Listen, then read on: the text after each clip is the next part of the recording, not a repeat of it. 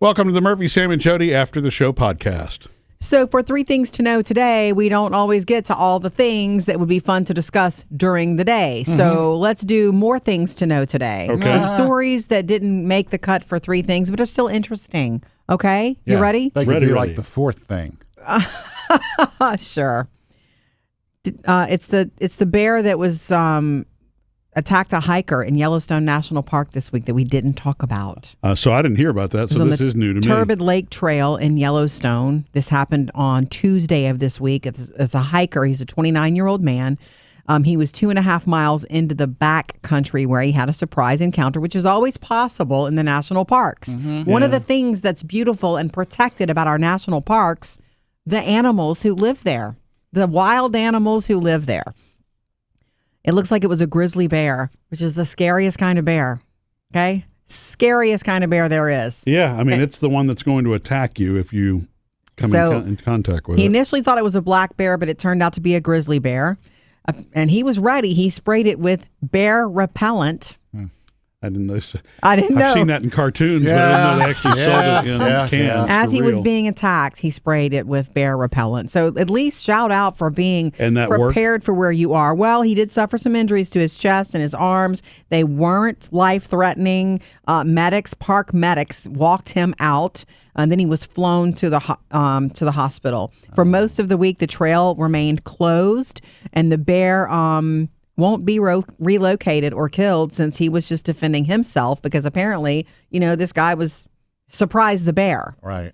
And I think that's he was in wise the and beautiful. So, right. I was hoping that the story would end that they're not going to do anything to the bear. Yeah. And they're not. Was he completely off the trail? And he shouldn't. Did he stray to a place that he really shouldn't have been? I don't have reports of that. He was hiking alone. Yeah. And that's not. I would be afraid to do. I know there are people that do that. It's probably very liberating to get out there and I would love to hike alone. But in a place like that where it is the wild, like you're saying, it's protected. You're walking into their wildlife. home. Exactly right. Yeah, that's my favorite thing about any national park I've ever been in.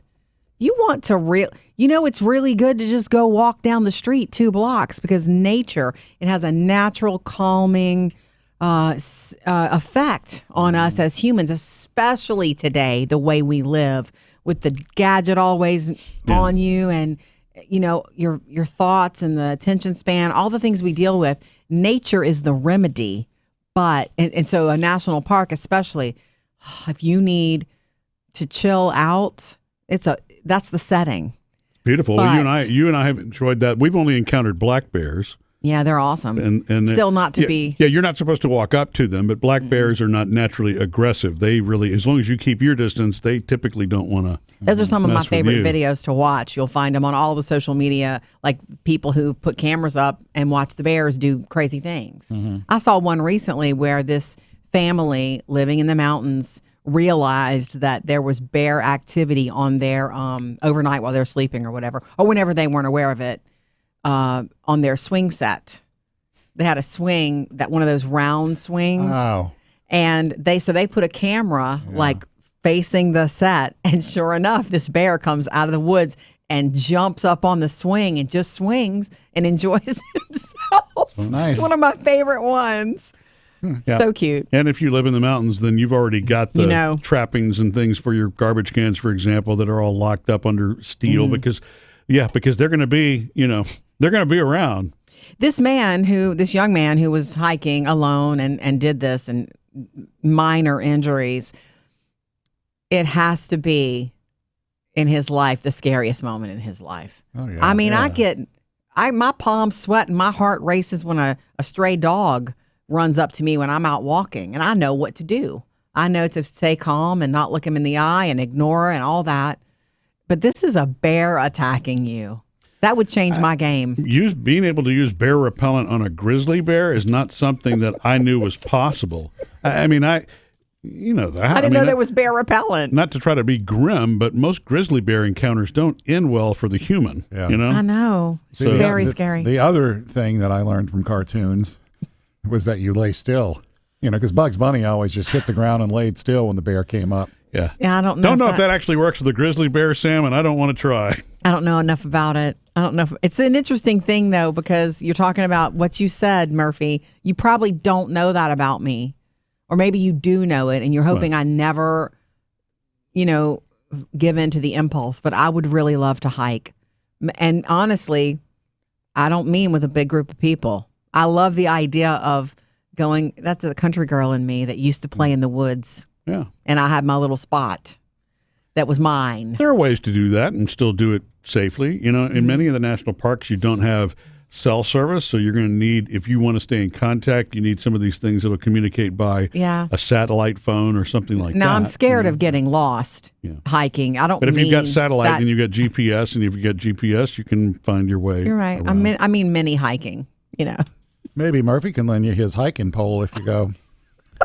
Well, we have 6 of them. Remember, the whole family has. We have 8 of them. The family has hiking poles. Good, I'll take one. And those have little built-in compasses, although they're pretty cheap. There you go. That takes care of getting lost, Jody. I'm not really sure All right, that's a great thing. Moving on to another story that didn't quite make it to 3 things to know today. So you know what the fear of missing out is, right? FOMO, fear of missing out. There's a new vibe. It's called Romo. You've heard about this? He's a quarterback. No. Yeah, right. He was a quarterback. Relief of missing out. Oh. And actor Cillian Murphy is the one who spoke about it recently. He was relieved, Romo, for not being chosen for the new film, The Odyssey. He said he's actually looking forward to just watching it and didn't want to be a part of it because it would have been so much work. Yeah. It would have taken years from his life. Yeah, that's good. Romo. You ever have that? Relief from missing out from something? Probably. I can't give you a specific, but yeah, I understand the concept. Yeah. I'm glad I wasn't involved. Well, I will tell you that a couple weekends ago, I was invited to go to a game, a big football game, and I really wanted to go, and I was excited, but I wasn't feeling well. You know that, Murph. And so I never say no to going to a game. And I said, to my friend, my dear friend, I'm like, I don't feel good. I don't feel well. And it is a several hours commitment. And you don't get home till 1 or 2 in the morning. Yeah. So I missed out on that.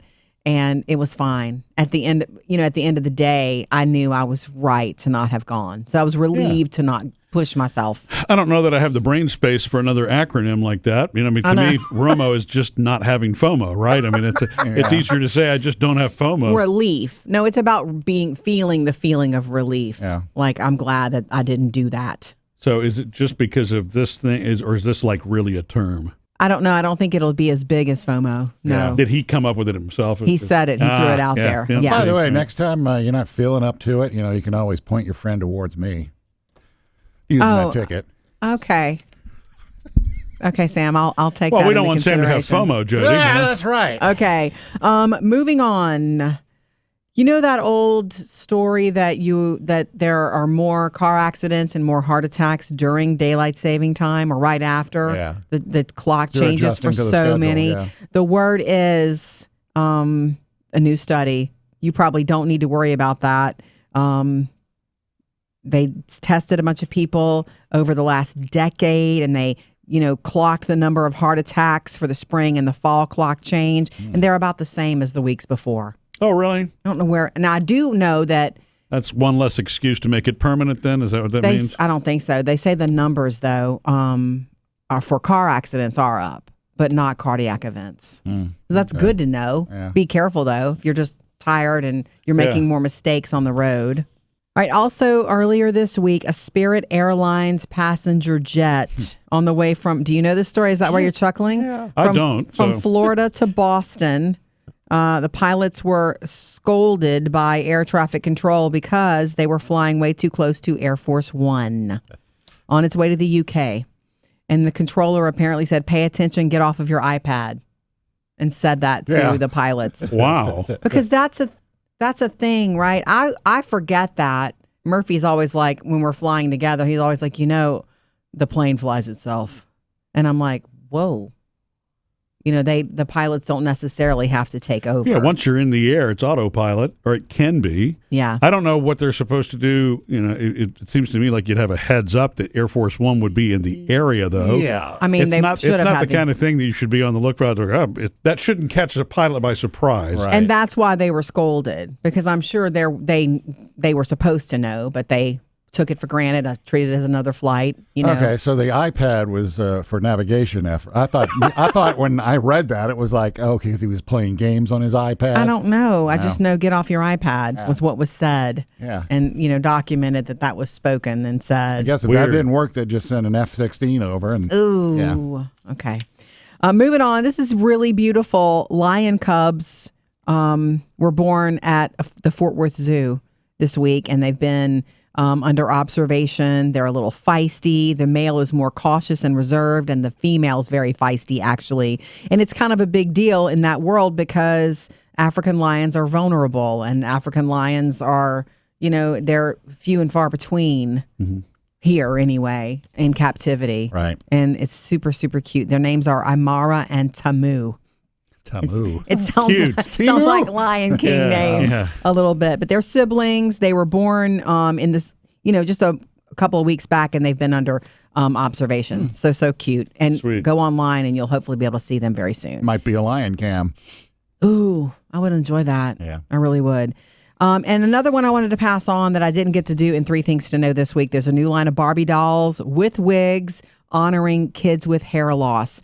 It's a Barbie and a Ken, the first ever bald Ken doll. It's the Brave Barbie program. You can't go to Target and Walmart and buy these. These are, they're given from Mattel through nonprofits so that the children in like hospitals or children who have the, autoimmune conditions and, are dealing with hair loss because of cancer or whatever. Those are the kids who get these dolls. They make sure they get in their hands, yeah. I'm not sure it's the case, but it sure seems like Barbie and Mattel have really led the way on this. I know it was years before they, I guess, realized, hey, we need to be more diverse in the way that we do this and inclusive. But they really have taken ownership in that area. And they've given out thousands. It's $120,000 have been given to kids since the rollout of this kind of stuff. And I have a friend, I haven't seen her in a long time. I used to run into her a lot. Her name is Ellen, and she has a little boy. He's maybe not so little now. He's probably in middle school now. But a couple of years ago, we were talking about him. And she worries about him so much because he has, is it called alopecia? Oh, yeah. And so he has very little hair.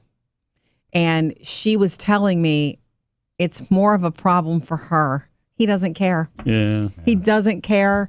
In fact, he just, hey, this is my name, and I have alopecia, which means I don't have any hair, and what of it? And he just gets on with it. He accepts it. Yeah. But for her, she worries about it. She worries about other kids saying things to him and all those. Picking on him and stuff. Right. Yeah. Now, he's probably too old to want one of these, but it's just cool that it's there. It really is just cool that it's there. Missed any part of the show? Get it all on the Murphy, Sam, and Jodi podcast.